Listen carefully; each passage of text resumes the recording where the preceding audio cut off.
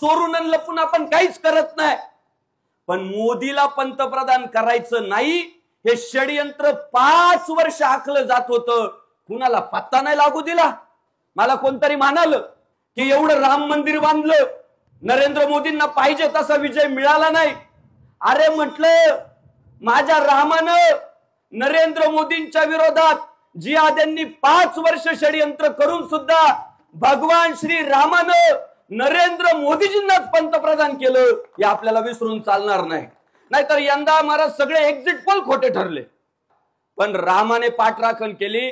आणि माझं निरीक्षण सांगतो, नरेंद्रभाई मोदी पंतप्रधान झाल्यानंतर देशातले काही पाकिस्तान धार्जिने लोक, काही जिहादी लोक इतके पिसाळले की पिसाळलेल्या कुत्र्यासारखी वागताय. त्या धारावीमध्ये त्या अरविंद वैश्य पोराचा जो मर्डर झाला, ठेचून पोरगा मारला, असा मर्डर माणूस करू शकत नाही.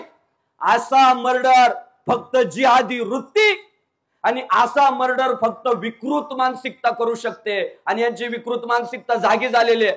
माझ्या हिंदुत्ववादी सगळ्या पोरांना आज सांगणं सुरक्षित राहा.